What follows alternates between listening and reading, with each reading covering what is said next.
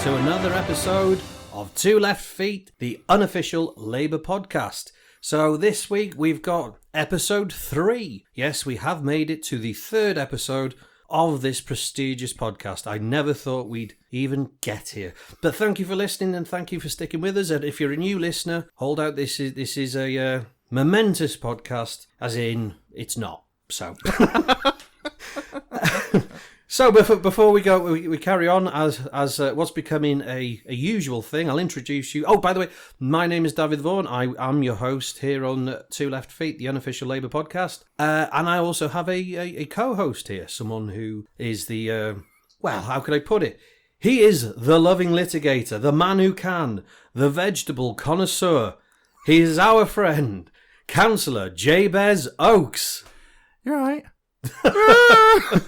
It's a strange world, isn't it? I mean, we've now got a shadow cabinet, and we don't even know what the government's going to look like in the next couple of weeks. Yeah, which is tricky, but yeah. Well, see, this is the thing. Since episode 2, so I mean, we also have to say, and it's quite sort of hilarious. We recorded episode 2. About 36 hours before the announcement of the new Labour leader. We didn't know when the announcement was going to be. No. On the Thursday night. Up-to-date, relevant podcast. Yeah, absolutely relevant. Absolutely relevant. So when we got into and editing and things like that, so by the Friday morning, I turned to Facebook as you usually do, especially in these times, because there's nothing else going on. And it said, the announcement's tomorrow. And I thought, oh my God, I haven't even got the episode out yet. So I was busy. But no one knew that. I don't understand how... I didn't know it. Not that I know much, but... No, but I thought there would have been a little bit more of a build-up to it. I think it's been put in a tricky position by the situation that's going on, because we don't... It shouldn't be top priority in the news. Not right now. Not right now. And, you know, the way the parties move forward, it has been done in quite just a formulaic, practical way. I think despite what many people will feel, it's not the night of the long knives. It is just let's get everyone in position, let's just carry on. Yeah. Whether we're holding the government to account or not is a different question, but we'll come on to that. We'll talk about that. So on today's show, we're going to be talking about obviously the new Labour leadership and the new shadow cabinet. So that'll be one of the points today. We'll also be talking about the Green New Deal. So later on, we'll be talking about, well, it's an international movement. Obviously, it's come from, what's the name of the congresswoman from New York? Cortez? Cortez, I think. Yeah. I think it started from her. Did she put it across originally as the Green New Deal? Yeah, it was a movement over there, and then a lot of, you know, very bright people in our party started picking up on it and running with it, which is part of Labour Party policy. But that we'll talk about that later. And also, you know, as a little thing that maybe people and our listeners could join in on, we'll be talking about our favourite politician. So later on, we'll be talking about that. And if anybody does, and I do hope, you know, the listeners out here will get in touch and tell us who their favourite politician is. And if you do want to get in touch, then you can do by email, and that's labourpod@gmail.com, or Twitter, and the tag is @LabourPod. Facebook, again, the tag is @LabourPod. On the notice of other platforms, as we spoke about in the last episode, things are happening. Ooh, yeah. Can't really talk about it now, but listeners from the last episode have gotten in touch. Ooh. And I won't mention yet because it's not complete, but thank you to those who have gotten in touch. Might be crap as well. I've already... Well, that's just put it down. No, I'm sure it won't be. I don't know who it is either, so I'm just... Yeah. No, in all fairness, I think... I won't say who or why or where, but things are happening. And I do thank those listeners who have gotten in touch over our troubles, or my troubles more than anything. And things are happening, so hopefully we'll be on a few more platforms as well. But in the meantime, if you do want to get in touch, then it's labourpod@gmail.com and @LabourPod on everything else. Right, so other things I think we probably have to talk about is the state of our government at the moment. And with Boris Johnson, who is now been, as of when we're recording this podcast, he's been admitted to intensive care. Yeah. Yeah, and I have to sort of stress, as much as everyone, and I don't know if speaking about you, but speaking for myself, I do want to see the man lose his political job. I never want to see him lose his life. No. It's a horrific thing that is happening, but I think this is starting to get through to people. This is dangerous. Yeah. And you've got to think, I mean, your personal thoughts aside, that man runs, jogs, does keep fit as he can. You know, he gets a lot of interviews. Yeah, yeah. And he's caught it, and he's suffering badly with it. And, you know, and think of all the extracurricular exercises that he does. You'd think his body would be able to take it a bit. Look, you know, not to get too personal about him, but, you know, he's a tough cookie, isn't he? You know, you don't look at him and he drove a tractor through a wall once. Exactly. And that was yeah, and he's done all sorts of very silly things, and I know he's a very controversial figure, and despite everything I'm going to say in the next 10 minutes, I do hope that he'll be all right. Yeah. You know, it's not absolutely. I don't get respiratory illnesses very often, but I know that not being able to breathe is a really horrible thing. Yes, but when you have deep onset pneumonia, it is the weirdest, most peaceful ailment to have, because you just want to fall asleep. Yeah, you just constantly want to sleep because you can't get enough air and oxygen. And I imagine for him, when at a moment when he, you know, the role of a chief executive is to be alert, awake, prepared, and all this, that must be very, very stressful for him. Yeah, because he's constantly being woken whatever up. Kind of politician you are, you know, it's going to be a horrific moment when you can't. You just want to rest and be peaceful. And what did you think about the interview with Dominic Raab on the briefing? Because I know you must have heard about the fact that the press were hounding him over an answer of what condition or what state Boris Johnson was in. Him then defending, saying, no, he's fine, and then to be told 2 hours later he's in intensive care. It's really difficult because we don't have a presidential system. We have a parliamentary system. Our sovereign is the crown in Parliament. Not to get too, you know, wishy-washy or technical. But a lot of people think that we are in that... Yeah, and a lot of people want our Prime Minister to be the Premier, the President, the leader. Yeah.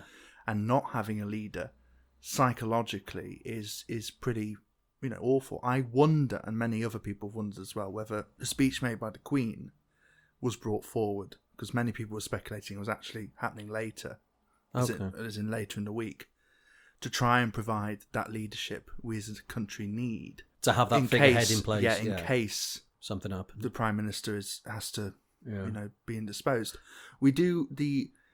There's been a lot of speculation about designated survivor and who inherits and what goes on. We don't have that system in our country. We've used the notion of designated survivor to avoid the trap where the Queen would have to pick a successor. So she won't have to pick if, heaven forbid, Mr. Johnson isn't able to pick his own successor. There would be a designated survivor. There'll be someone who the Prime Minister has given his advice to the monarch that she would pick them to be the Prime Minister. And in this case, it's Dominic Raab, as First Secretary of State and also Foreign Secretary, who would take on that role. Yeah. And I haven't seen anything about him, really. And I know he was an extremist, quite an extreme Brexiteer. He didn't know where Dover was. And he didn't know where Dover was. Yeah. Okay. But you know, we'll see what happens, isn't it? But in terms of a rudderless or leaderless government, that's where we are right now, psychologically, if anything. Well, we'll see what happens. I mean, we're only commenting on what has happened. Well, this happened today, didn't it? Yeah. So I mean, as we're recording this, I mean, this podcast will be going out midweek. We recorded this at the beginning of the week. Yeah. Yeah. So and thoughts with his friends and family. I guess. Definitely. I mean, you know, yeah. Because there's nothing else we can do. It's in the hands of the NHS, as unfortunately a lot of people's lives are going to be. Yeah. Right, on that downward note. Yeah. We'll have to move on, and we'll talk about the other the other things that happened this week. And, of course, what happened last Saturday is the Labour Party has a new leader. Yeah. Sir Keir Stamer. Yes. Yeah. So, and as you heard on the last episode, the two left feet called it right. Keir Stamer on as leader, and then Angela Rayner as deputy leader. Yeah. Which is what... By quite... Well, I know Keir Stamer was quite a big majority. Yeah, well, he got it on the first round. Yeah. So Keir Stamer got it on the first round, and Angela Rayner, I think, by the third round. I think so, I'm not sure. Rosalind Allen Khan did very well. Oh, well, that's good. She did a lot better. She tried, she tried. Yeah, and she got to the third round. Ian Murray did he dropped better. Out first round, didn't he? No, second. No? I think it was Richard Bergen first. Oh, well, Yeah, well, you called that one as well. Indirectly, yeah. Indirectly. I think it was you, I think. Oh, okay. I think everyone heard you. I think it technically came. Didn't we publish it after the polls had closed? So yeah, well, you must have done something. You must have been doing more effort into getting Richard Bergen out of the shadow cabinet than you did do in your own campaign. That's why, as my half of the party work, we do go undercover and your half of the party. Yeah, apparently, yeah, and we twist things around and get things sorted in the background. Well, yeah, that's what happens. Isn't it? Yeah. Very good. So Keir Stamer as leader, Angela Rayner deputy, and then a host of a new cabinet. I from what I remember skimming through, Lisa Nandy has had... Do you want me to read them out, Dav? I have a list. Oh, I don't really want you to read them all out. I mean, there's quite a lot of them. Shall I read significant ones? I mean, okay. So Lisa Nandy has had Foreign Secretary, Shadow Foreign Secretary, Shadow Foreign. Yeah. Ooh. Yeah. Oh, okay. And then even Rebecca Long Bailey's gone back in. And she's got Youth Shadow Education Secretary and Youth Secretary. I think. No, that's Kat Smith. I think. Oh yeah, Kat Smith. Yes. She's retained that. That's where she was before, wasn't she? Did you meet her as well? I met her. I have met her. I have met her once, and yeah, fantastic. Yeah. Fantastic activist. She was very, very, very, very good at going. For her listeners, she came to North Wales a couple of years ago on a what were they? The just listening campaign, wasn't it? Yeah, it was a campaign day, and she was brilliant. I went out in a team with her, and places where maybe especially some of the activists, the veteran activists, wouldn't have gone. Kat Smith, no, we're going in there. No, we're going there. No, we're knocking on those doors. Very willing to convince voters. Well, perhaps non-voters. Yeah, getting people just involved. Talking to them, and then the way she spoke to them, she was fantastic. She was brilliant. And Kat Smith, I think she stayed in her position as well. I think she was doing it before. Yeah, that's what she was. So hopefully that means she's been doing a good job and she's carried on. Yeah, I can see. Yeah, I mean, if anything, she deserves a promotion as well. Yeah, I think so. But anyway, so. Lisa Nandy, Foreign Secretary, Shadow Foreign. Rebecca Long Bailey, Education, Shadow Education. Emily Thornberry, I know, is back in. She's got Shadow International Trade Secretary. International Trade? Yeah. Why international trade? Well, I don't know. The Shadow Cabinet tends to shadow the government cabinet, so you'd have to ask the Tories why there's an international trade secretary. Yeah, isn't the international trade and foreign secretary jobs or shadow versions? No, they're different because the foreign secretary heads the diplomatic corps and the foreign office. Yeah, and I think the trade department's a separate entity which focuses on global economics and that sort of thing. It's not an excuse to go for a jolly in a sunny country. All these jobs are excuses to go on a job. What do you want? Oh, right. This is the British government. What are you talking about? Yeah. Okay. Yeah, well, I mean, in the old days, the good old days. Yeah. I mean, if the British government wanted a holiday abroad, they just took over the country. Well, yeah, all right. They just went in, well, we like this is ours. This is Dav's technique of pointing out that he's Welsh and I'm English. Oh, I'm not doing such a thing. A few other cabinet appointments I'm pleased about is David Lammy as Shadow Justice Secretary.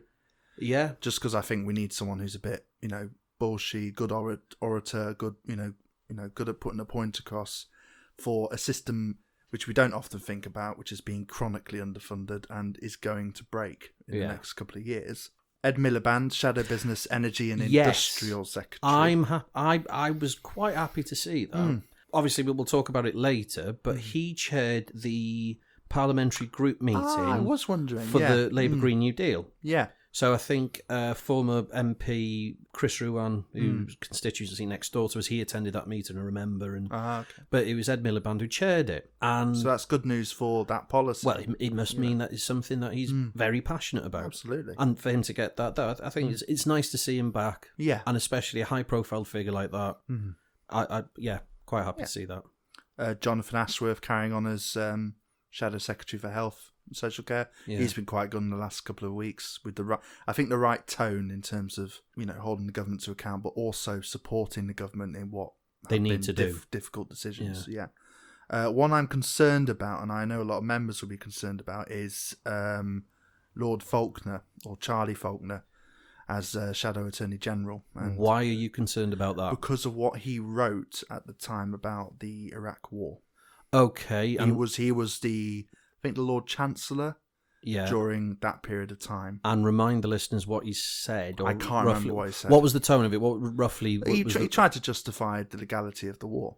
Right. Pretty much. When, as we know at the time, the legality of it, international legality of it, was sketchy at best. Sketchy? I remember it at the time. I protested against it before we went to war, and it was beyond sketchy. I know you were quite very young at the time.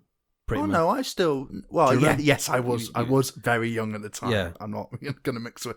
2003. 10. I was 10 years old. Oh, 10. Yeah.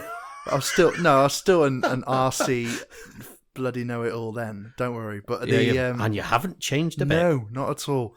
But, it was a long war, and you grow up knowing and seeing how awful it became. See, I grew up with the first Gulf War. Right. Yeah. And so I was an 80s child. Mm-hmm. So, and even sort of late 80s, it was building up. It was building up over a long time. So Gaddafi and Hussein, and supposedly one of my first words was Saddam Hussein. Really? Yeah, it was on the news that much, and because of it's like peeling an onion with you. Oh, it's a bit. Yeah, the first political image that I remember is Margaret Thatcher and Saddam Hussein, and I just associated the two together for some reason. I don't know why. As a young mind, looking at the BBC News at 9, it was 9 o'clock news. Oh yeah. That wasn't 10 o'clock. Free channels. Yeah, and ITV went at 10 o'clock, not 9 o'clock, because it was Big Ben, and when it came to 10, you should be in bed. Trevor McDonald. Yeah. Hello, and this is the news. Why? I feel like we're going to go down a spitting image sketch here. We're perilously close to doing that. Shall we get back on track? Yeah, okay. So hang on, just before you... So Lord Faulkner, defender of going into the Iraq War, has got a position within this shadow cabinet. Yeah. Right, that's distancing yourself, isn't it? That is... you're going to... Okay. No, I think the problem is there was always three lawyers at the centre of the last government. There was Tony Blair, Lord Irvine, and Lord Faulkner, who basically did a lot of constitutional reforms. So they got rid of the hereditary peers in the House of Lords. They changed various other constitutional arrangements. But yeah, Lord Faulkner did do that thing and said a lot of stuff in support of his employer, his government at the time. I don't know what his views were about the Iraq War. I don't know what his views are now.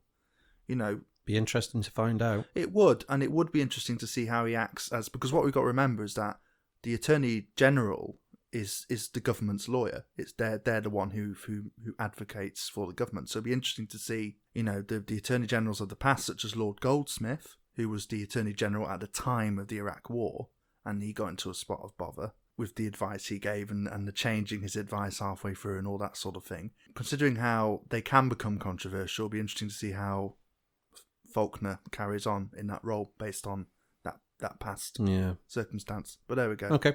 Right, next one. Oh, God. There's a little one which not many people will know about, possibly, but Baroness Smith, who's shadow leader of the Lords. And she's been very good at various points when Labour have tried to stop controversial pieces of legislation in September and October and November about Brexit. And very good at trying to remind the government in the calmer benches of the Lords about, how about we... Calm benches, they're almost comatose over there. Yeah, quite. But very good at revising the high-tension political legislation that was coming through at the time, and she was instrumental in doing that, in trying to slow it down, and trying to stop it. I think she's earned a spot. It's good that she stayed. Yeah, okay, fair enough. There's no one else really. Who's got Shadow Chancellor? A lady called Annalise Dodds, who I haven't heard much about. Right. But loads of people have been saying she's hot on economics. She was an MEP before she was MP. Yeah. Been in involved in all sorts of things. All sorts of things. Very good. That's a hell of a resume, that. Yeah. All sorts. I don't know. The problem is she does I've got a resume that doesn't involve all sorts, but I'm very highly qualified on Quality Street. Okay. That's awful. She is well known in certain circles and viewed as competent. Well, okay. But, she clearly needs to make headway because not many people know who she is. Yeah. Yeah. Anyone else? Not anyone that points out to me, really. Not to me. I don't know if you... What about the people who have left the Shadow Cabinet and your views on them? Richard Bergen's gone. Oh, I knew you'd go there. I knew you'd go there. I think... he was Shadow Justice Secretary. Yeah. And because of some of the things he said when he was going for the deputy leadership, I thought, you really shouldn't be Shadow Justice Secretary anymore. And I'm glad he's gone. I hope he does his backbench stuff. Often with these kind of people who you disagree with in the foreground, they're actually really good in the background. That's why they're there. Yeah. It's because they're very good MPs and other things as well. But I'm glad the Home Secretary, what's her name? The Shadow Home Secretary, Diane Abbott. Oh, right. Gone. Yeah. Simply because I thought she's served her time and she's faced so much abuse. Horrific abuse. And it's unfortunate that we couldn't change the system well enough for her to be able to do her job, and that she's going to take a step back. Do you think with Diane Abbott, she fell foul of the fact that she couldn't defend herself against that massive tirade of abuse? I think we had a horrific press, which were emboldened by social media, and it sort of was a whirlwind attack. I think she has various background conditions which were perhaps impeding her role. I'm not an expert. I'm not able to speak about that. No. I do have personal experience of the condition she had, which is why the only reason I'm mentioning it, I wouldn't mention it otherwise. And the symptoms possibly would have made the various things that happen. But is that reason that she should have stood down from the role? Absolutely not. You should be able to do those roles with disabilities or conditions. The problem was the media and the way they attacked her, the way they scrutinised her without some sort of consideration for what was going on in her life. If someone makes that kind of mistake in an interview and your first response isn't, what's going on here? What's happening? Why did she make that mistake? You could do it critically. You could say, that was a serious mistake. Why did you make that? But to go hellbent and say she's bad at maths when she was one of the first black graduates from Cambridge, one of the first black MPs, an amazing, passionate female black. Beg your pardon, yeah, female black, famous at knocking down walls, ceilings. Sorry, breaking glass ceilings, doing all sorts of amazing things as an activist, as a Labour activist. And even people on our own side were just like, oh, well, she's bad at maths, isn't she? And all the jokes that come out of it, it's like, oh, well done. Yeah. Completely miscategorising a person. So it's a real shame. I've met but I'm still glad. I've met her once, and I got a brief moment to talk to her. I thought she was just a lovely lady who was trying to do her best. That was it. I saw no malice and no, there was no bad streak in her. But there we go. Barry Gardner. He's made a few mistakes. I think the problem with Barry Gardner is that a lot of people like, and I like, how he responds to things, responds to questions. Very dynamic response. Dynamic, direct. Yeah. Courageous, you might say, to use a civil servant term. It's a very courageous idea. Yes, but that led him down certain tricky moments where he was recorded saying things and recorded, and he just came across as a liar. as a fibber and not an honest politician. Even though I think he is probably quite an honest politician. Yeah, I thought he was a good fighter, to be fair. So I think and this comes on to one of my concerns about this new cabinet, all the changes that have been made, which I'll come on to. But it's a shame he's had to go, and I hope it's goodbye for now, not forever. Not forever. Yeah, he's one of them who I think, come back, please. At some point. Yeah, fair enough. Mm-hmm. So... And then there's John Trickey, who I don't know much about. No. I don't know much about the other ones who have left. John McDonald? Well, he was going to go anyway. Yeah. He said he was. Yeah. He wasn't... When Jeremy was going, he was going to go. Yeah. And obviously, the outgoing leader of the Labour Party, Jeremy Corbyn. Yeah. Your thoughts on that? I voted for him. I joined the party for him. I've defended him. There's been so much crap levelled at him. It's been unbelievably unfair. Do you think we will see the same scathing attack on Corbyn? I mean, regardless of all of the issues and everything that came up over the years, it was from the start. That was already pitched at him from the start. Mm-hmm. Do you see that same level happening to this shadow cabinet? Well, this is the problem. And one of my biggest concerns that have come out of this is it's starting to feel a bit like media savviness. Let's get rid of Gardner because he had a few mistakes on telly. Let's get rid of Bergen because some right-wing media don't like him. Let's move away from Corbynism because it was portrayed so badly by the media. There are a lot of movements being made to try and by separate Stamer that out. And his team to become more media savvy, more bright red New Labour. Oh, no, new Labour. New Labour. Well, we'll go down the Futurama reference. Old nude Labour. Yeah, old nude Labour. Sorry, new old new Labour. Led by the front by Keir Stamer. That's it. Why do you keep deliberately mispronouncing his last name? Well, I have a problem in saying Keir Stamer. I have a problem.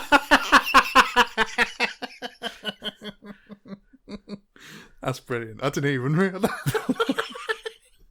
How long has it been? 30 minutes. I don't know. You've just been doing that, and I didn't. Oh, dearie me. Right. Okay. So anyway. Yeah. At least we're making each other laugh, David. Excuse me, there is going to be a little clause there. We don't intend to make each other laugh, but it just happens that it does happen.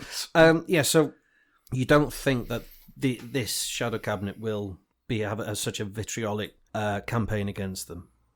Do you think that it will start at some point? I think it will happen anyway because I think people misunderstand. When the Daily Mail start getting into things and the Telegraph start. It's already started. It's already started. There's already murmurings going around about the fact that when Sir Keir was in charge of the CPS as DPP, that he stopped the prosecution of Jimmy Savile whilst he was alive. No, Sir Jimmy Savile. Sorry, beg your pardon, Sir Jimmy Savile. So Sir Keir Stamer stopped. Yeah, Sir okay. Yeah. Jimmy Savile. Now let's ignore the fact that none of that is true. That's not how public prosecution works in this country. There is no people from the top ordering things not to happen at the bottom. Usually, I was going to say, are you really going to stand by that statement? No, not at all. But there are a series of tests involved, and it's not that simple. But it's an exam. We could go into a discussion about whether it's true or not. But the point of saying it is that there are already things being dragged out of Stamer's professional past. Yeah. Which is the same with Corbyn. Well, it wasn't just Jimmy Savile. There were a few other people as well. A couple of murderers and serial killers and all sorts of things. But that's the role of a prosecutor is to make those decisions. I saw that accusation, but it was followed by the CPS. So was it Kent Police or something? I have no idea. Or whatever. Put a case together. Handed over the case because they thought they had sufficient amount of evidence to prosecute. It went to the Criminal Prosecution Service. Obviously, he headed it up at the time. Yeah. And they said there was not enough evidence. Subsequently, in the years that followed, we know that there were over 300 complaints made. Right. So the way it works in CPS is that every police force, constabulary, has its equivalent office for the Crown Prosecution Service, and they make local decisions on whether to prosecute crime or not, and they use two tests, the evidence test and the public interest test. And not to go into too much detail, even though I already have done, that would have been a local decision made. I imagine it is rare that the Director of Public Prosecution, which is what Keir Starmer was, would step into that local issue and make that decision. Hypothetically, could he be asked to do that? Would there be... I can't answer that question. Does he have... what I'm asking is, does the... So what's the title Could the given? accusations be true is what you're asking. Yeah, is it the possible? answer is yes. So there is a possibility. Is there any evidence that the accusations are true? No. No. That's the answer. No. Yeah. Yeah, and that's the thing. So for him to move on from this... Yeah, but this is why... This is what they will do. If he does it... What would be the best way for him to go forward? Answer the accusations immediately. Well, it's really difficult for him because he's now a politician, and when those things happened, he wasn't a politician and he wasn't making political decisions. He was making legal decisions. So for him to go back and comment on those legal decisions raises all sorts of difficult questions. But if he doesn't, it'll create a vacuum that will be filled in by his opposition. Well, I hope that this is how it started with the last leader. Yeah, I know, except the last leader, there were legitimate criticisms. Legitimate criticism that he did not answer. He did not, especially at the beginning of a lot of those sagas. Yeah, so the question here is not it's not about whether a vacuum will be created. It will. The question is whether the criticisms are legitimate or not. And in Corbyn's case, many of them were legitimate. And the one example we're talking about now in Starmer's case is not legitimate. And that's the difference. So when we are talking about vacuums being created, yes, we're going to have to deal with that as a party. But the response is going to be much easier because it's going to be, that was when he was a legal officer. That's when he was employed by the government to make legal decisions. He is now a politician. We don't think, as a politician, he should be held accountable for decisions he made or didn't make, because we've got no idea if he made any decisions. But do you reckon that the public would see that side of it? Because that's the responsibility of the media, this is the point, because when it gets to the likes of the Daily Mail or any one of those, obviously unbiased outlets, they're not unbiased. When it comes to those, they will pick on this so badly that it doesn't matter what's truth or fiction. In the eyes of the public, he will be damned for it. I suppose it's interesting, isn't it? Because we're spending these past couple of minutes talking about the truth of something and the validity of a criticism or an argument being made. And that's not what the media are going to do. They're just going to use it. Yeah. And that's fine. Because again, he is not responding to it. Or if he doesn't respond to it... I think he should eventually... Well, quicker than eventually. If such a... I mean, maybe the timing's a bit wrong at the moment. Just make some sort of official statement about how it works, which is shorter than my explanation, but just a basic... This is how it worked when I was doing the job. But it has to be a lot simpler than that. Yeah. Because you've got to get through to... Well, don't start with an overview of how the CPS works in the United Kingdom, perhaps. Or Great Britain. Go down to... There's going to be humanoids out there who are going to take the simplistic line, and this is the thing, in a lot of the successful political campaigns of recent years, the average humanoid out there understands the simple message.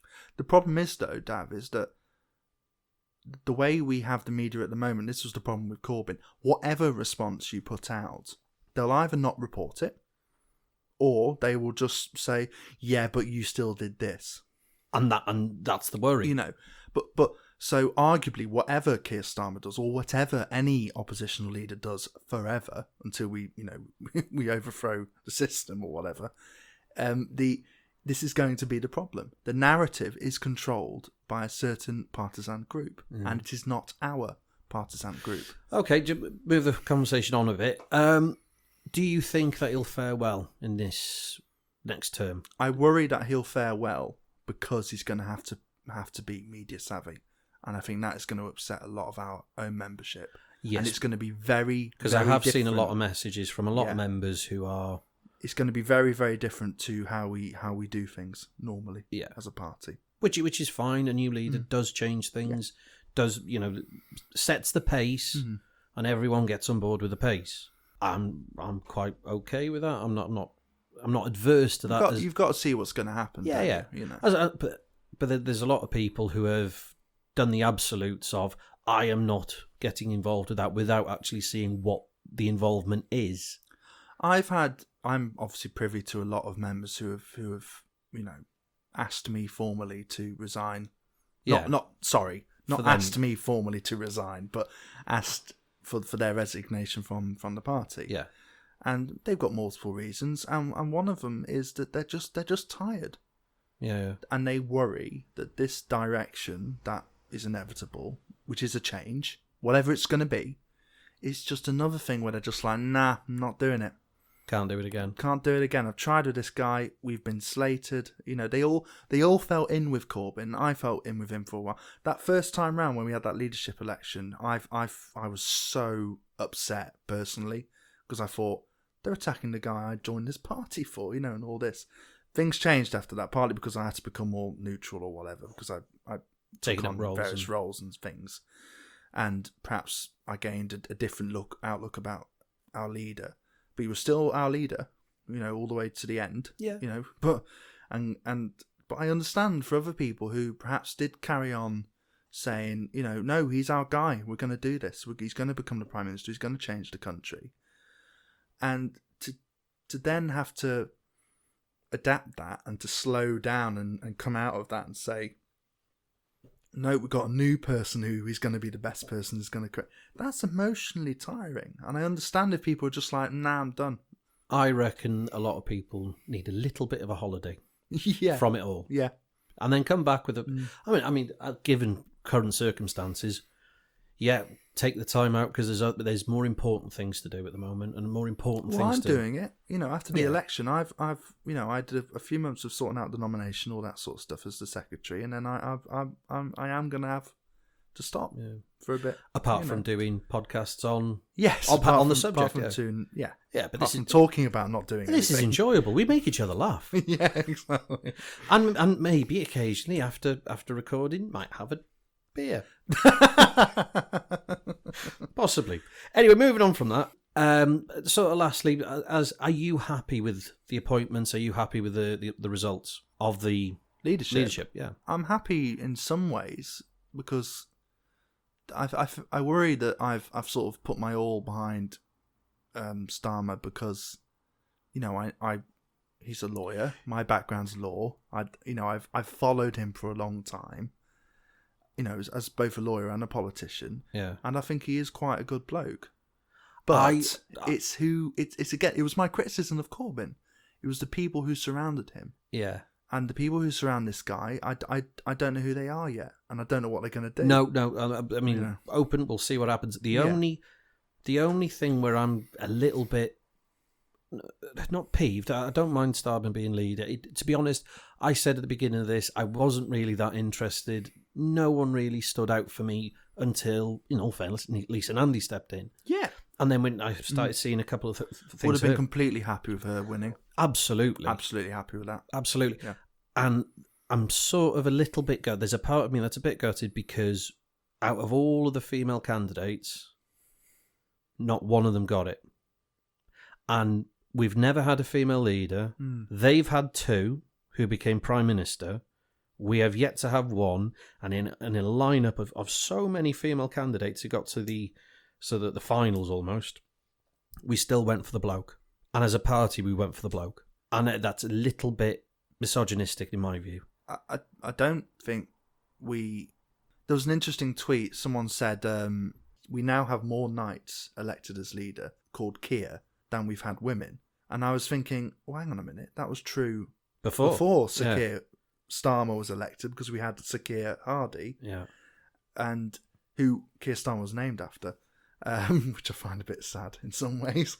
That just shows you it's a long-lasting passion, a lifelong passion. One hopes, but in terms of misogyny, I think electing a man over a woman isn't inherent misogyny. No, this is the thing. I'm just pointing out what is going to be said from the other benches. Yeah.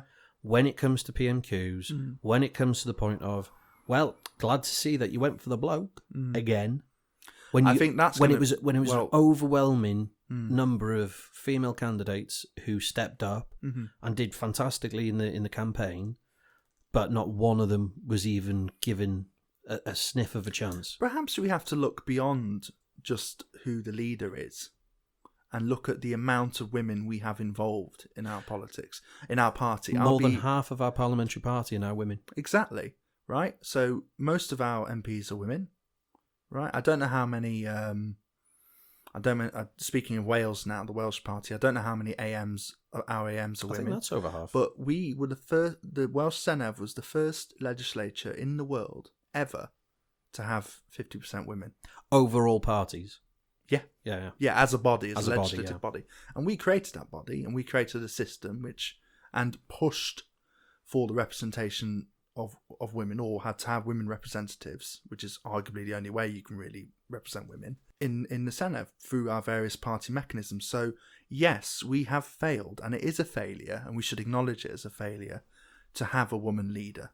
But we have done more, much more across the politics, across the political class, to push the notion of women in politics. Yeah. I believe. I'm just worrying on that point because it will come back. Yeah. That point will come back. Well, that's their tribal politics. That's their problem. Yeah. Their focus being on leadership. We think bigger than that. I'm just responding to that argument. No, absolutely. And this is the argument. I don't necessarily completely believe in that because I know it's not true. Mm-hmm. But apart from anyway, there are the occasional individuals, shall we say. But apart from that, generally, the party isn't that. Most of the membership isn't that. The vast majority. But there's there are a number. Yeah, of course there is. But we're a big, big party. Yeah. We're a huge party. We're one of the largest in Europe, I think. Up until last Friday.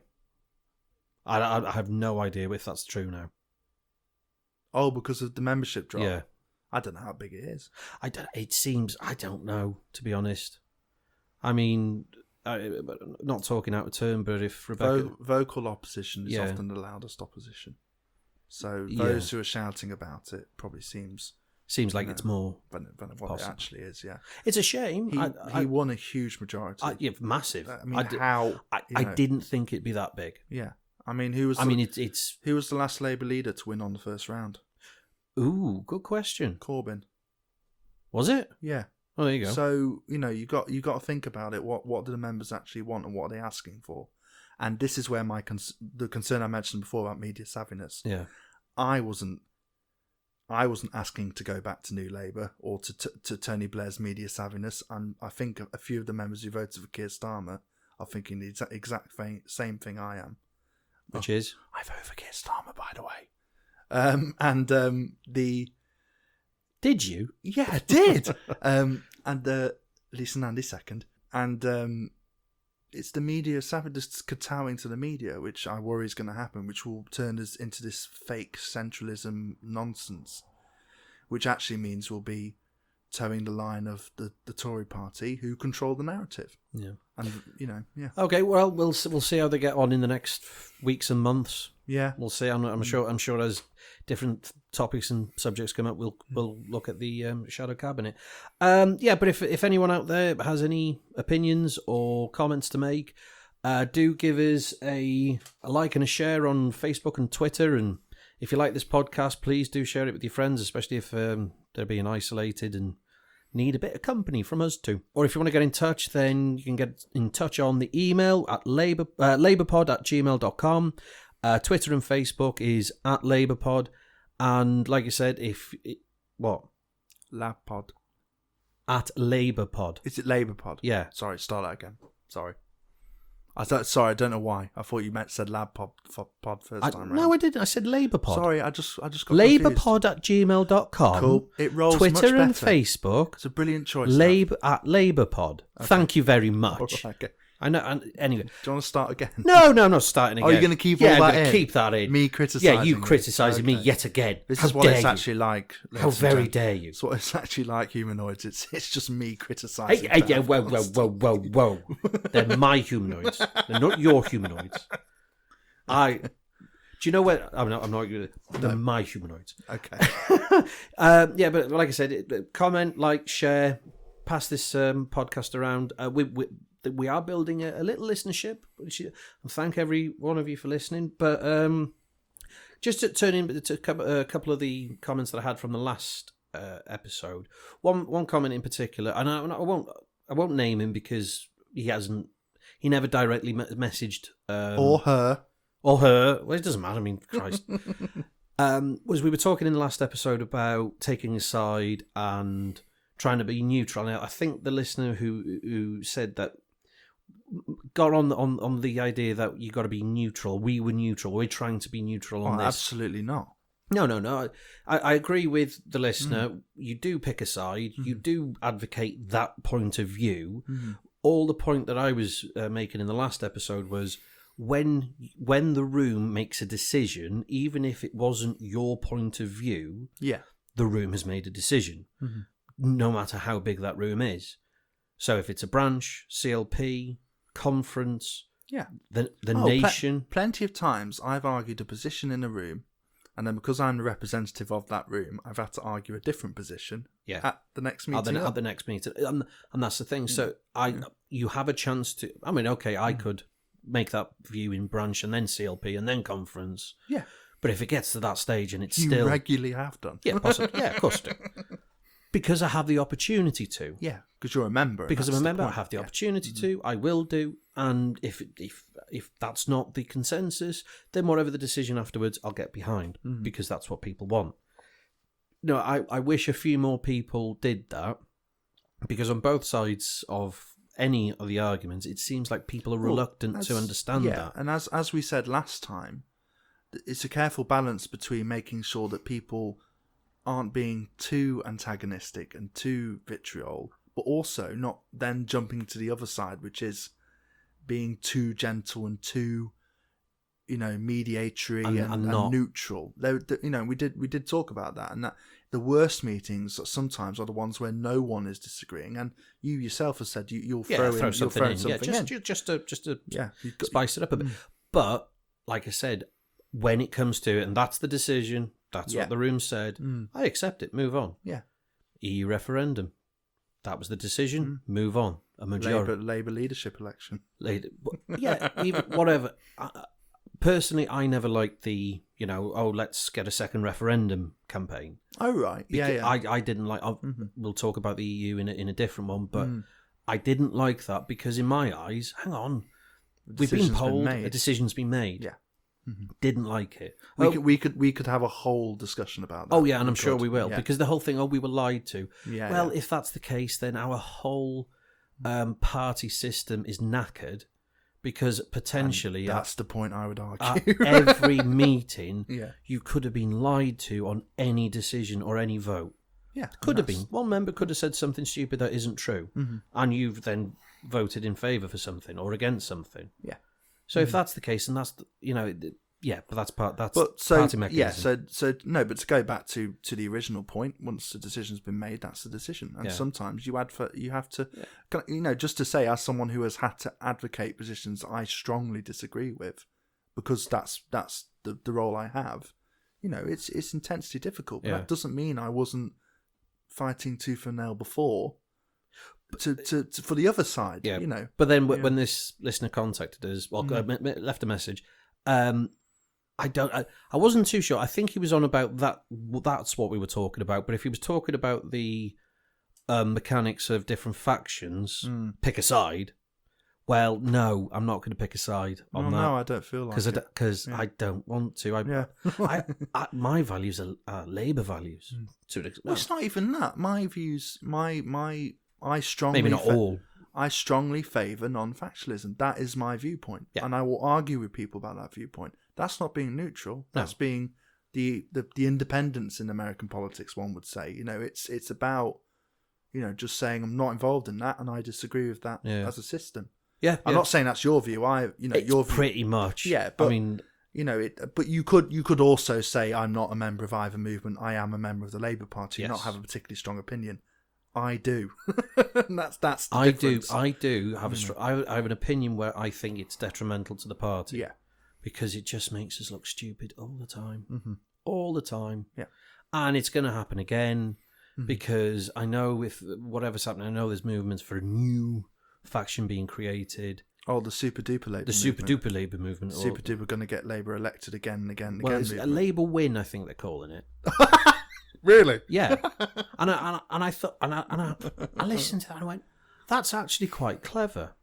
For all the people listening who think I'm too critical of the left-wing grass movement, that name, which is from the right wing of the party, is ridiculous. No. Awful. No. What do you mean? It's like saying Labour does want to win. No. It's not for that. I don't think it's for that purpose. Right.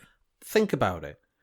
In the last shadow cabinet, the opposition, Momentum was said their name. They were continuously in the media, this hard left-wing group within the party, and then said their name. This one, Labour win, how can a media outlet say their name without sounding like they're endorsing Labour to win? It plays on people's minds, so they know by naming it in such a way. You know what it is, Dav? What? Media savviness. That's what it is. Yep. Possibly. I mean, it means that they will... I don't blame people in the party for trying to win elections either. That's not a key at all. Component, but they shouldn't ignore the rest of the party that's trying to develop policy and trying to change politics. Because that's the thing. There's a split between people trying to win at all costs, and a number of people who are just trying to do the right thing. Doesn't need to be. Get 5 people in a room. Four of them want to change the world, and one of them wants to win an election. You'll get somewhere. True.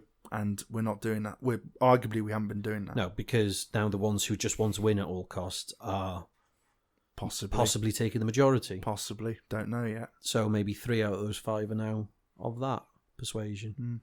Anyway, that's for people far above to think about. Yeah. Right. So we'll go on. Right. We'll talk about Labour for a Green New Deal.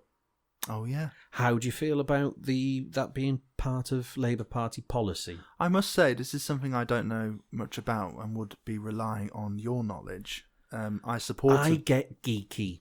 I know you do. I get very geeky with this subject because I said in a previous, it was episode 1, episode 2, I can't remember now, that we would talk about this, and we'll briefly talk. We'll talk about it in for a few minutes.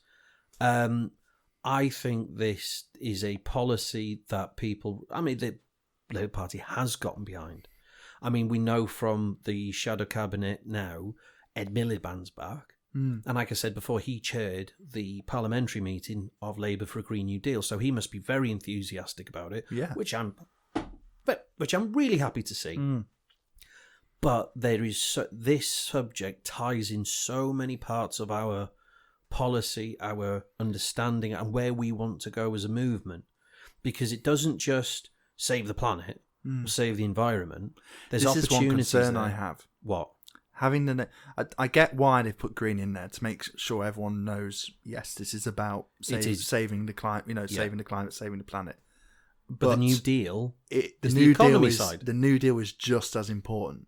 But then that's why I like the marrying up, because it references, like we said in the last episode, Franklin Delano Roosevelt, president between 1930 during the Depression. 1930 to about 1945. I think he died in 45 or 46. Anyway, 45 it was. He made the New Deal for the American public, which was an economic boost.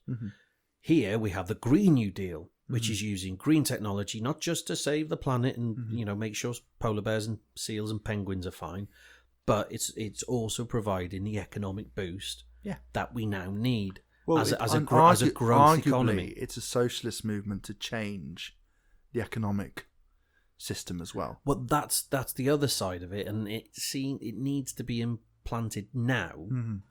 Where there is a potential that for the first time, and this is where the utility companies are getting a little bit worried, because the means of production, and this is, we'll go all a little bit Marxist now, the means of production for producing electricity is in the hands of the individual. The means of the storage of the production is now in the hands of the individual. So you can get solar panels and little mini windmill thingy turbines, and you can have electric storage units on your property, in your attic, in your garage, whatever, which will run your house and run your car. Suddenly, the big electricity companies and utility companies and oil companies... That's not part of the Green New Deal, though, Yeah. Is it? Oh, okay. It's microgeneration, that's what you're talking about. And then the supply of green energy to the grid. It's all a part... It's a massive sort of... policy of ideas, and it's constantly changing. It's like there's countries in the world now that are creating mass storage units, electrical storage units. So the argument's always been, yes, but we put solar panels up, you get a dull day, and then we can't run anything. Our TVs will switch off. Well, no, the point is, on a really... It's not true. No, not true. Yeah. When the sun is ablaze and all the solar panels are producing massive amounts of electricity that we're not using, you store them. So you get these massive container-sized batteries. You put them in the ground or wherever you stack them up. They're full of the battery storage units. They get charged up to the eyeballs. When it goes to a dull day and the solar panel doesn't create as much, we just take the energy that we've created from that out of these storage units. That's it. So it cuts down that argument. To go back to the politics of it.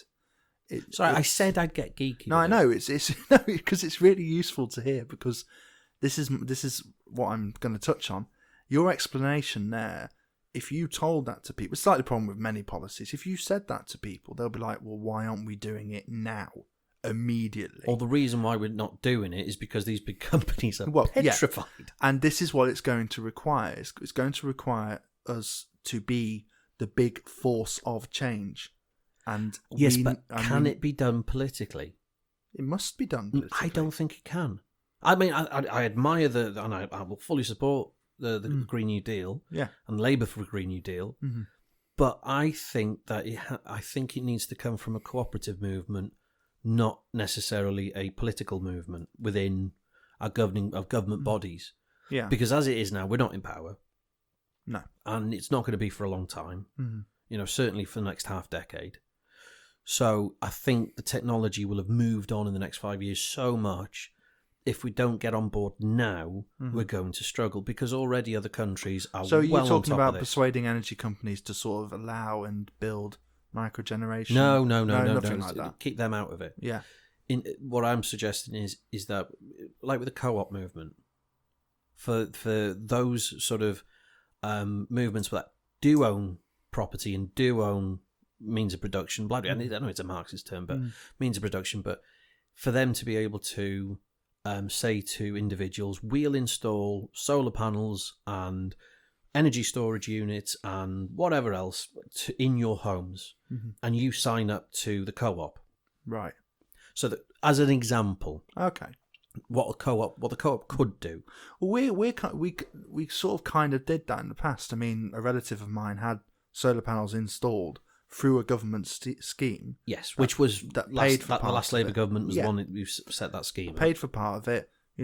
He gets paid a certain stipend for providing. Do you know it was over 50 pence a kilowatt hour? Oh, right.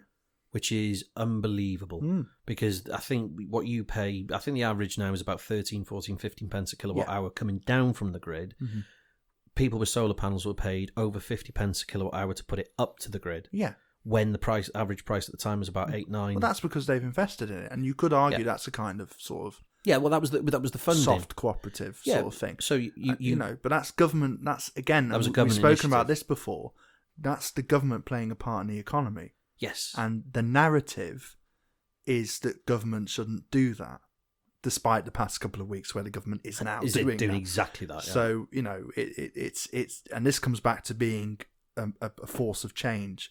And this is where it gets political. We do have to make a decision where the government is allowed to play a large part in the economy, and that is a natural thing for the government to do. But we won't. Not just because it's an emergency, but because it's the climate emergency and its progression as well. And I think we should. Well, this is possibly where we disagree. I think we should be doing that using the Green New Deal as, I think we should do, and in an ideal world, that is the correct way of doing it. Yeah. I just don't think it will be. It will be quickly successful. Mm-hmm. I think that might take 15, 20 years to come about.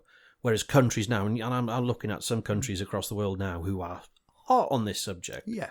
And they have the things that they're installing. Australia, India, China, definitely. This is arguably why politics needs to play a greater role in this, because we are behind, and we need a sort of shortcut to push this forward more quickly. And what force is good at doing that? The government. And I know we're not in power at the moment, but we are in Wales. We are in power. We could be doing much more there. Tidal lagoons. Yeah. There's 2 locations in Wales that would be ideal for tidal lagoons. Mm-hmm. And this is the thing. This is where the Green, the Green New Deal strategy gets a little bit more understandable, because you have 2 massive electric generators using tidal energy, which is consistent and constant and doesn't stop. Happens every day. Exactly. So it doesn't. Sun goes up, sun goes down. Tide goes in, tide goes out. Do you know who said that? Oh, you. Bill Murray on Fox News. And he was trying to argue against Richard Dawkins about the existence of God. And he said that. And then Richard Dawkins just said, we have scientific explanations for that. We know why the sun comes up and the sun goes down. God doesn't do that. What are you talking about? And it was just like, oh dear. But no, it's true. Thanks for that. We have these great, like... Bill Murray. Was it Bill Murray? Did you say Bill Murray? No, it was a nasty Fox News... You mean... I don't mean Bill Murray. Bill Murray's lovely. Bill Murray's Groundhog Day and Ghostbusters. Yeah, I don't mean Bill Murray. Who do I mean? You mean Bill O'Reilly. Bill O'Reilly. Yeah. You keep doing this. Just 2 Irish names. I just don't know the difference between. What was it last week that you said? Yeah. Okay. Anyway, back to what we were saying, which was the Green New Deal and the excitement. So we have these potential 2 massive big generators, North and South Wales, producing electricity consistently. Mm-hmm. Then you have the wind farms, offshore, onshore. I think you get more offshore than on, just because tidal winds and blah, blah, blah. Then you have the solar panels. And imagine if the Welsh Assembly Government said, right, we're doing a fund for every county council where every council building or publicly owned property will get plastered in solar panels, will have electric storage units. Oh, it doesn't look nice, Dad. It'll ruin the buildings. They don't look nice anyway. The horrible buildings. Most of them horrible buildings. Oh, shut up. Architect. I've seen designs of new housing that actually you incorporate. See them all over the place. You see houses with solar panels on. You think that looks really cool. The next generation of solar panels are going to be slates that our solar panels look like slates. Oh, yeah. And they generate electricity. Some farmers in Snowdonia going all day on. No. Not that kind of slate. Okay. No, there's going to be people in Bethesda going, not Diane. Because, slate will... Yeah, okay. Yeah, all right, we might be... But anyway, there is a potential there that our government could... And a Welsh government... I mean, I know if you're listening in other parts of the country, Scotland... In fact, Scotland have got a regional government who are doing that. They are doing, and credit to where credit's due. If anyone wants to see how well it could work, look at what's happening in the Orkney Isles. Oh, right. Because you've told me this. They used it as a testing ground of how this technology can develop. They are overproducing electricity there. The social housing that they have there are bigger because obviously social housing, and we say, your average 2 up, 2 down in this country was always planned and designed based on how much wood you'd need to burn in the fire to heat up a living room for how long. Right. Which is why you tend to get them quite narrow and long. So the fire is roughly in the middle and can heat up a larger space, but not that big. So it doesn't mean that you need a large amount of coal and wood to burn to keep a family warm around the fire. That's why sort of housing from 100 and 200 years ago, or your Victorian era, is that shape and size. But we are massively smaller, housing-wise, for the average house than pretty much any other country in the world. This now gives the opportunity to make social housing a little bit bigger.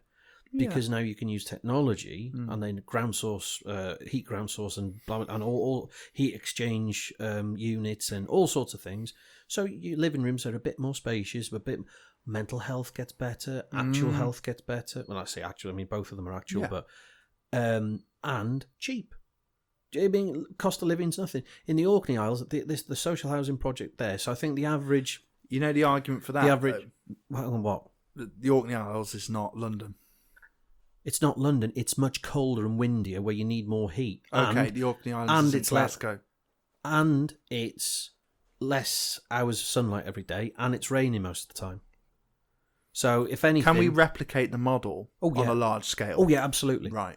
Absolutely. Because the other thing, I mean, if you just take the average house, I think the average utility cost per year is about 1,200 quid, 1,300 quid. Yeah. Thereabouts to run a house on utilities. Mm-hmm. These houses are running at about 600 quid. Well, yeah. Halves your utility bill. Because, you use a bit off the grid, to top up here and there.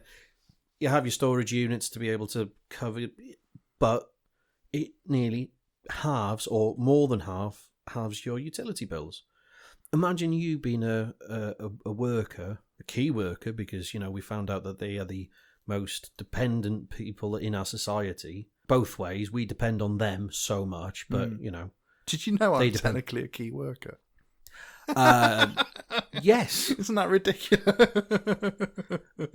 If you think that's ridiculous, sorry, I just can't compare myself to a paramedic or a nurse. I just think that's nonsense. But there we are. But you give the good advice. That's anyway. Back to the Green New Deal. Yeah. Back to the. I think that there's an excitement within this policy because it makes sense. All of it makes sense. Yeah. When it comes to electric cars, suddenly, instead, you could charge your car for less than £1. Yeah. And if you're producing it yourself and just plug it in, and just leave it, and then everything. So when you're out to work all day, your car's been charged overnight. You're going to work for free. You come back for free. You plug it in again. Your solar panels have been on all day, making electricity that's been in your storage units. That charges your car up overnight. And that's it. And then, okay, at times you might take a bit off the grid, but if your storage unit is full, you're selling it to the grid. And then that'll balance out. Yeah. Summer, you'll be selling a lot to the grid, and they'll be charging up big storage units somewhere, in some container unit in some place. But in winter, you'll take some back. So over the course of the year, you'll balance out where you might be in positive numbers. It makes... And this is a tricky thing. You're right. It isn't just politics, is it? It is a sort of psychological change of how we want to be as a country. Be a bit more Scandinavian than... Oh, no, I wouldn't go that far. I'm not whacking myself naked with birches and then jumping in a sauna. I don't think they all do that. They do. I've seen it. But they... Fox News showed me. Okay. Bill O'Reilly. Bill Murray. Bill Murray. Yeah, Bill Murray definitely showed me. It's starting to feel like Groundhog Day, isn't it? Every day during this lockdown is Groundhog Day. I woke up and I just thought, oh, it's Sunday again. No, it's not Sunday. And then in my head, I'm singing the Smiths in my head. Every day feels like Sunday. And oh, no, not another one. Yeah, Groundhog Day. Bill Murray.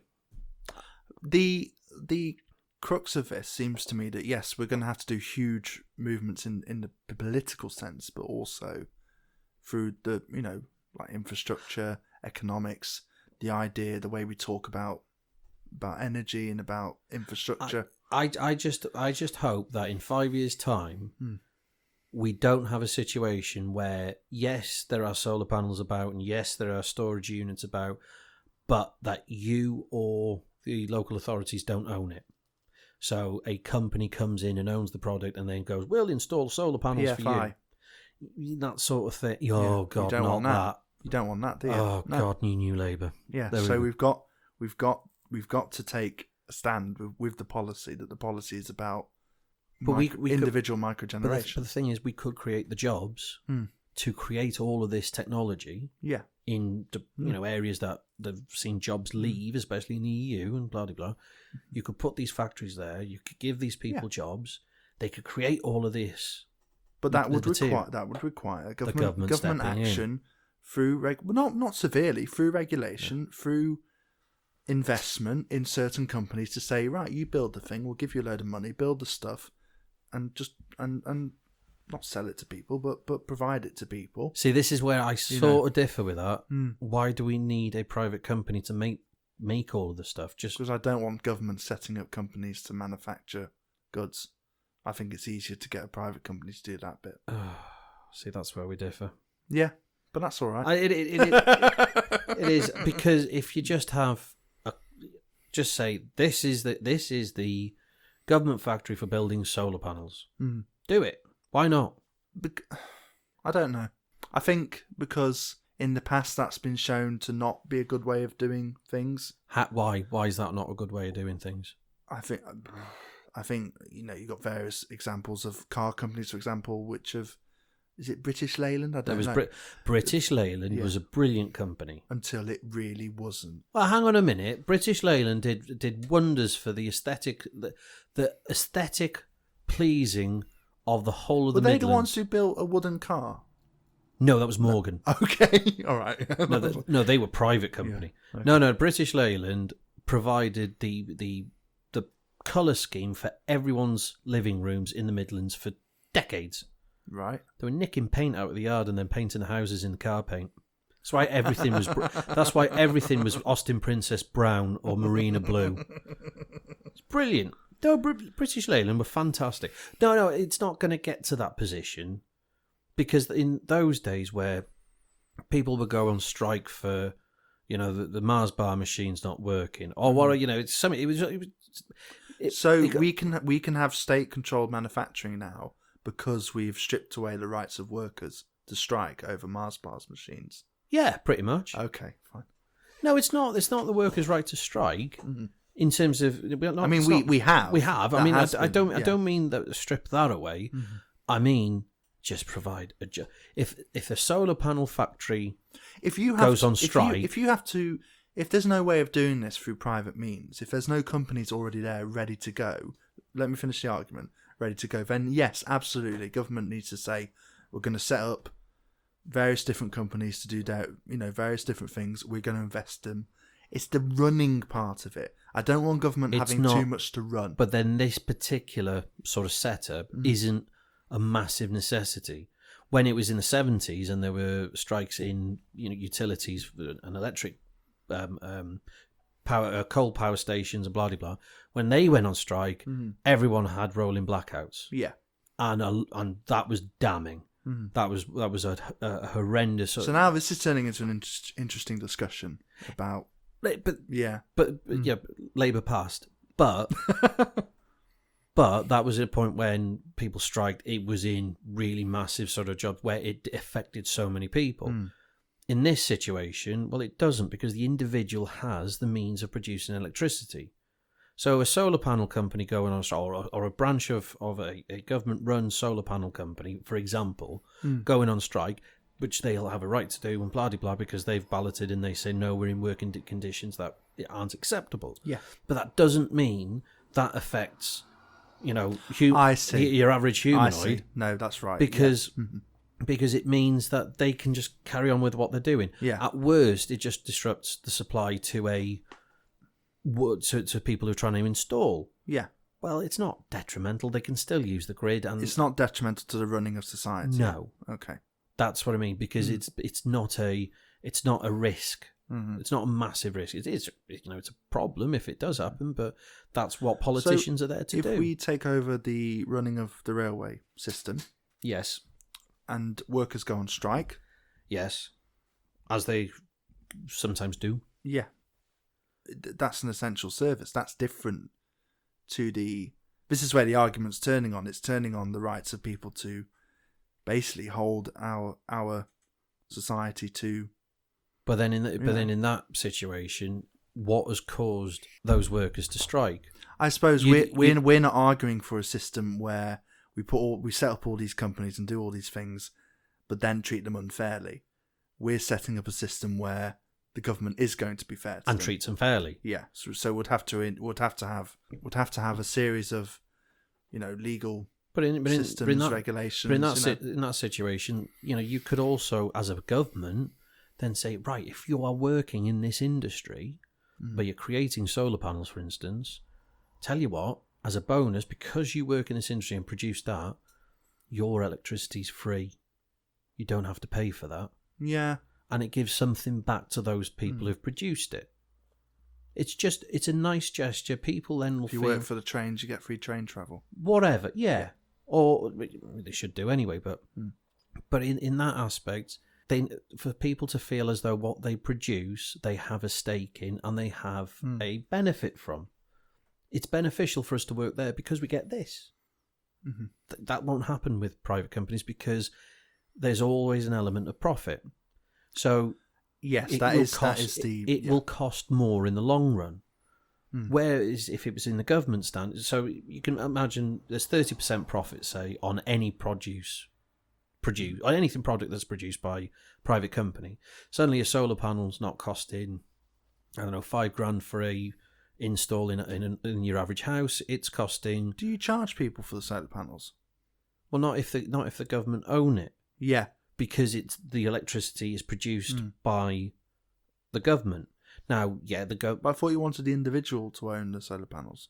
Well, this is a different system. Yes, you can sell it to them, but if they're not, so you could say, let us own it, and you don't have to worry about paying for electricity ever again. Well, they could pay cheap electric ever again, or pay for expensive electricity ever again. Yeah, or you can buy it off us and have it yourself. Then you will never pay electricity ever again. Well, and that's the choice the relative I was speaking about did have back then. Yeah, because it was such a sweet deal that it did seem like you're investing in not having to pay that. Now it's all changed because the Tories stripped it back. Yeah. But and that's where. Anyway, we've got into a very specific part of the whole Green New Deal. Yeah, I mean, but that's the point. We can get into specifics of it because it's such a big, all-encompassing It's policy. massive because it is great to talk about. We've spoken about it many times. I mean, I think we're running out of time now because I don't want this to go. This 2 hours ago. Yeah, much longer, and I think we'll come back to this and go on to a different part of the Green New Deal in later podcasts. Let you get really nerdy. Oh, but for those people who want to learn a bit more about the movement of new technologies, and especially the technology side of it, all I can say is if you are on YouTube anytime, have a look at a show called Fully Charged. Oh, right. It's hosted by Robert Llewellyn, who was Crichton from Red Dwarf and did Scrap Heap Challenge back in the day, when Scrap. Ooh, yeah, him. If you go on YouTube and search for Fully Charged, have a look at those episodes. There's years and years, and he's done it for a long time now. Oh, bless him. Very informative, very good. You will, if you're a bit of a nerd like me, you will love those. So go and have a look at those. Right, so we'll cut that conversation there. If you want to get involved on that conversation and want a comment for a future episode, get in touch with us, humanoids, on email labourpod@gmail.com. Follow us on Twitter @labourpod or Facebook @labourpod. Give us a like and a share, and share this podcast with all your left-wing mates, or even right-wingers. I mean, if anything, them listening to this podcast might be beneficial. It'll entertain me. It'll entertain batting back all the nonsense that. No. If anything, if there are right wingers listening to this podcast, and I don't mind, it's not a problem. We're all friends in this global community. Yeah. I mean, you're wrong, but nothing to build a friendship like being wrong. Yeah, but that's what we said in the last. A bigger conversation with more ideas is a good thing. So you right wingers out there, you can send your comments in too. Just keep them civil. Keep them, if you want. If you want, we don't care. Yeah. I mean, wait to my reply if you don't keep it civil. Anyway. Anyway, we'll, before we go, and we said this at the beginning of the podcast, who, and it's a question to everyone, so do send your answers in too. Who's your favourite politician from history? Present or past or... I like Benjamin Disraeli. Wow, that far in the past. Who's a Tory, because of a quote he did. Okay. And it's quite pertinent in some ways to the recent past. Someone was rather horrible to him, because he was our only Jewish Prime Minister. Yeah. Ever. We've only had one. And he was in the house. They were horrible to him. They were anti-Semitic. They were awful, saying nasty, horrible things about him. How backward he was, his views were, and all this sort of thing, and nasty physical appearances. And the quote he came out with to one of them once was, "Good sir, whilst your ancestors were crawling around hovels in Northern Europe, mine were walking amongst the Temple of Solomon." And I just think that's such a fucking... The put down, and which we don't really get in Parliament anymore. But I mean, that was just missing a massive, "Oh no, she didn't," from somewhere in the crowd. Yeah. And you wouldn't get that now. And I just like those kind of politicians. Gladstone as well, who lived around here at one point, where we live, North Wales. Yeah. Did he now? Very good. All right, there we go. Sorry, you didn't mean that far back, did you? I did. If that's who you... I really like Gordon Brown. We're ending the show now. Not when he was Prime Minister, but him now. I think he's great now. I think if he was Prime Minister now, I think he's just doing what most people do when they hit a certain age. Just chilled out. They just don't care now. Yeah. Right, we just say what we want. But he's got less grumpy with age. It's brilliant. He's so mellow. He's fantastic. He's okay. Your turn. Who's yours? Currently, not a Labour one. I know. Myra Black, SNP. Oh yeah, she's really good. Yeah, she's fantastic. There's one in Labour now, a young MP who's sort of our version of Myra Black. I know. Nottingham MP. Can't remember her name. We'll tell you in the next episode. Yeah, really good. I've had a brain fart and I can't. Very courageous, but fantastic. And her maiden speech was brilliant. Yeah, I'll have to look up her name. I can't remember. Join us next time. Yes, where we will tell you the name. Yeah, of that one new MP. We can leave it. We can leave it on a cliffhanger. Yeah, we could find out on episode 4 of the Two Left Feet, the unofficial Labour podcast, where we'll find out the name of that MP, Dafydd. A Labour MP who I like. Yeah. Right, that's it for this. Well, this edition, I think. Yeah, it's good. Bit more of a concise episode. I think we're getting a little bit more structure given the length of the last episode. Even though this one's gone on for a bit longer than I was anticipating. We'll cut it down, I'm sure. No, we don't cut anything out. It's always in its entirety. So, just leaves me to say thank you to my co-host here, the loving litigator, Cllr Jabez Oakes. Thanks.